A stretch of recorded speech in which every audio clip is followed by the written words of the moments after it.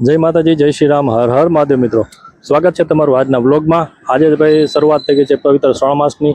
આજે આપણે મહાદેવના દર્શન કરવા માટે પહોંચી ગયા છીએ બસ સ્ટેન્ડની બાજુમાં આવેલા શ્રી જ્યોતેશ્વર મહાદેવના. તો ચાલો આપણે મહાદેવના દર્શન કરીએ.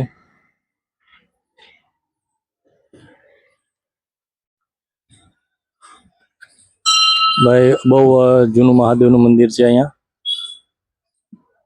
શ્રી જ્યોતેશ્વર મહાદેવ.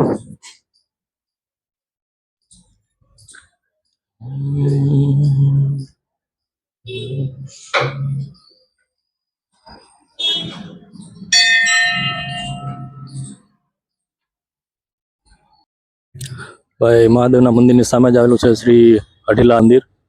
ચાલો આપણે હનુમાનજી મહારાજના દર્શન કરીએ. જય શ્રી રામ.